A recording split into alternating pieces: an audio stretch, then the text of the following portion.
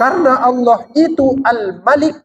Boleh juga karena Allah itu Al-Malik, panjang, maka harus kita sembah dia karena dia penguasa. Sembahlah Tuhan itu seolah-olah, seumpama, sekira-kira engkau melihatnya. Seolah-olah ya Pak.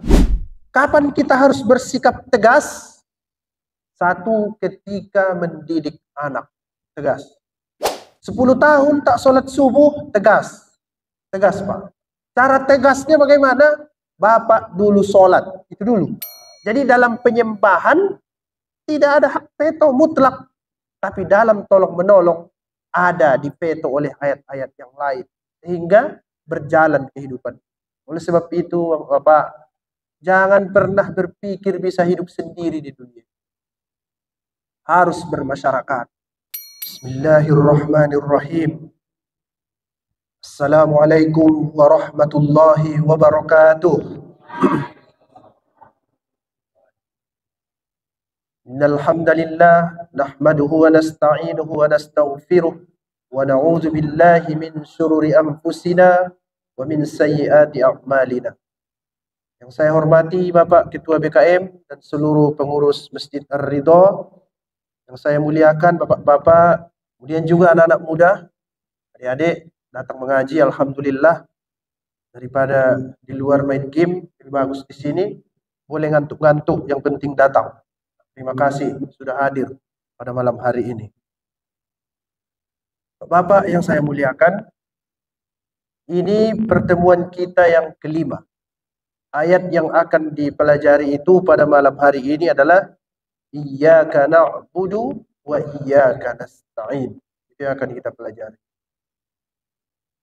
Carilah dua hal dari pengajian ini. Seperti biasa. Satu, menambah ilmu. Dan yang kedua, menambah iman. Cirinya nanti ilmunya bertambah, lebih luas pikirannya menghadapi kehidupan. Dan cirinya iman bertambah, berkurang maksiat. Itulah tandanya. Kalau dapat yang dua itu, insya Allah pengajian ini berhasil. Insya Allah. Bapak yang saya muliakan. Iyyaka na'budu wa iyyaka nasta'in. Saya akan jelaskan 30 menit. Sebenarnya tak cukup. Tapi diringkas-ringkas supaya bisa kita tangkap pesan-pesan. Ini kita baca sering. Apalagi dalam sholat. Wajib. La solata liman lam yaqra' bi fatihatil kitab, kata Nabi. Tidak sah solat seseorang yang tidak membaca surah Al-Fatihah. Salah satu dari surah Al-Fatihah itu, itulah dia. Iyyaka na'budu wa iyyaka nasta'in. Apa maknanya? Mari kita lihat. Iyyaka na'budu. Cara menerjemahnya, hanya kepadamu kami menyembah. Hanya kepadamu kami mengabdi. Boleh. Hanya kepadamu kami patuh. Boleh. Hanya kepadamu kami tunduk. Boleh. Boleh itu semua. Tapi bukan itu makna aslinya itu. Nanti kita lihat. Wa iyyaka nasta'in, dan hanya kepadamu kami meminta pertolongan.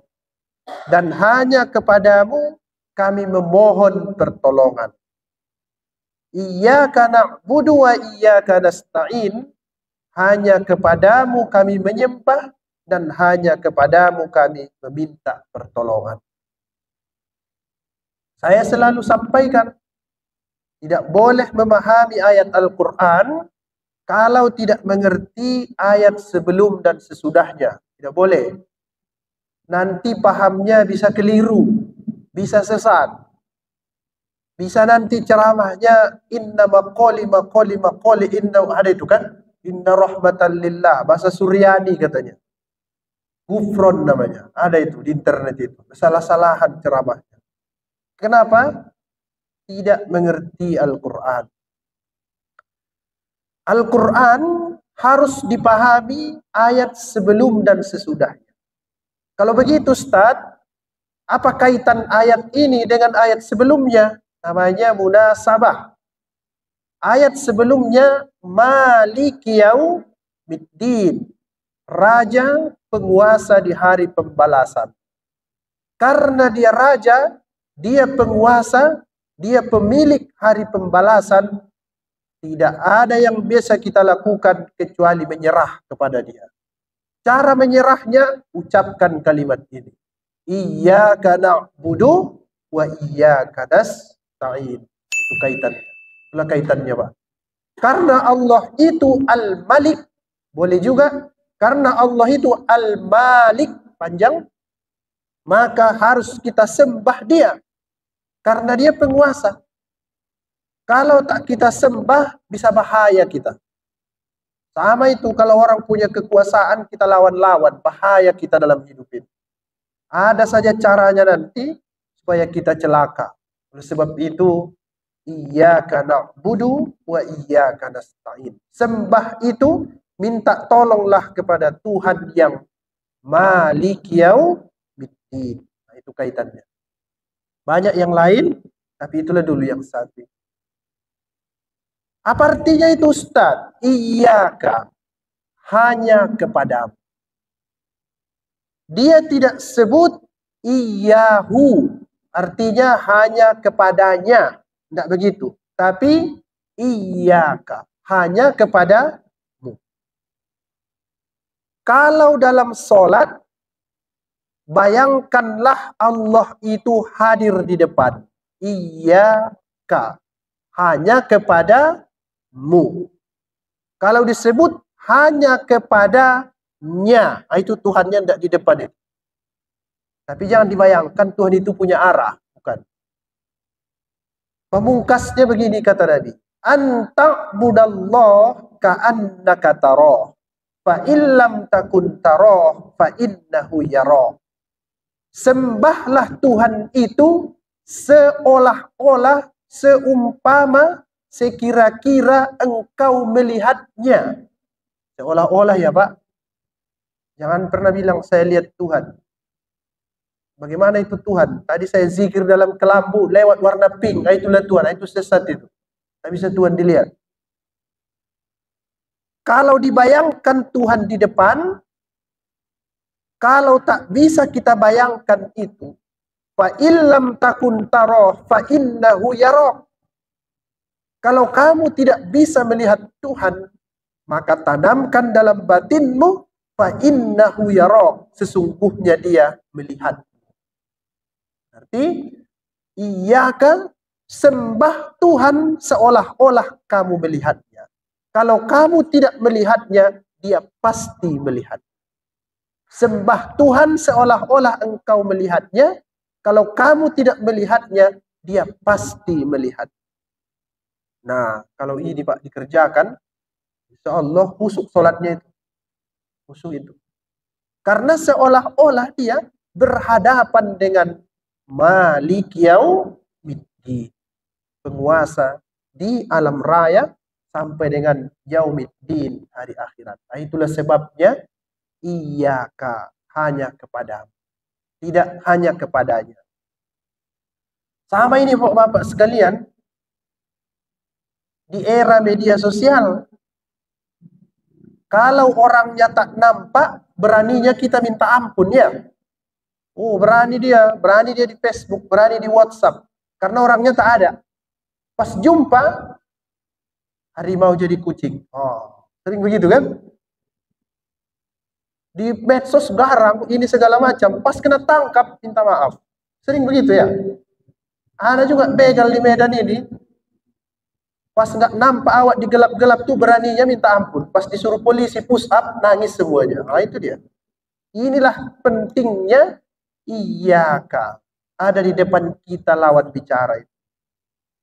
Kalau kita bertemu orang, ada empati, ada rasa hormat, ada rasa segan. Beda dengan WhatsApp-WhatsAppan, beda. Itu juga sebabnya kita dianjurkan sholat berjamaah ke masjid, terutama yang laki-laki, supaya ada muwajahah namanya, berhadap-hadapan dengan masyarakat. Karena beda itu kita diundang tidak ketemu langsung dengan diundang ketemu langsung. Beda. Beda itu cerita di WhatsApp, dikirimnya stiker-stiker, dengan kita langsung ke tempat orang yang meninggal. Beda suasana. Pentingnya face to face dalam hidup ini. Berhadap-hadapan. Iya, Kak. Itu satu tafsirnya. Kemudian na'budu, hanya kepadamu kami menyembah. Na'budu, menyembah itu artinya patuh, tunduk, tidak melawan kepada Tuhan.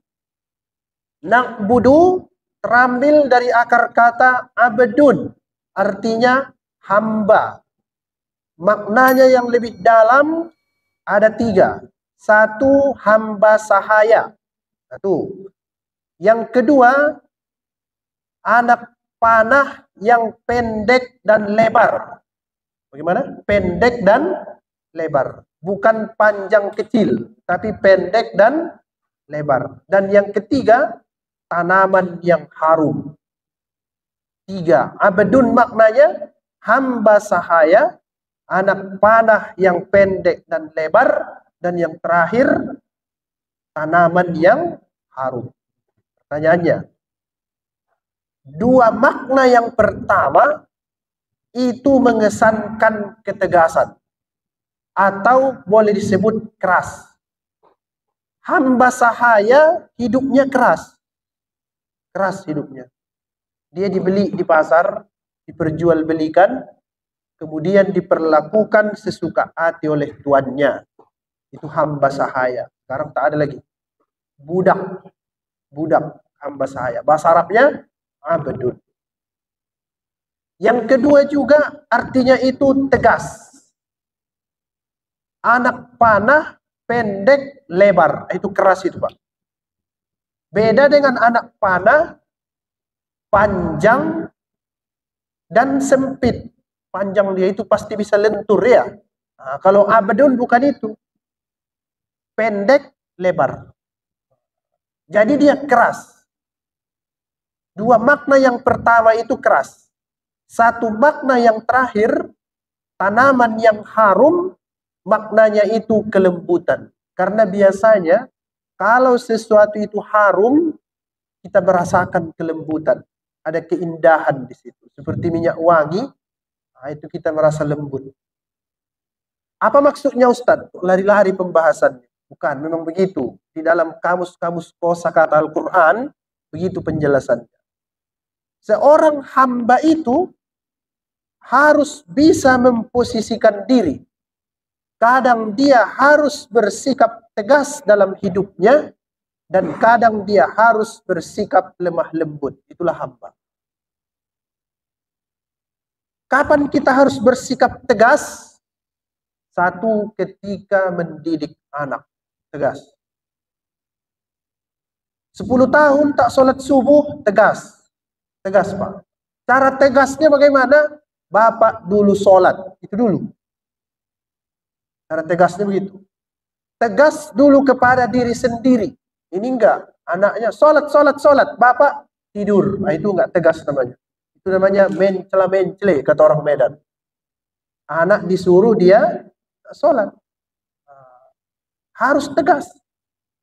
Kemudian pada saat apa lagi? Mendidik istri. Harus tegas. Kalau dia keluar tak berjilbab, suruh berjilbab. Kalau dia gara-gara pakai make up, tidak sholat zuhur, suruh wudhu. Biarkan hilang make upnya. Tegas.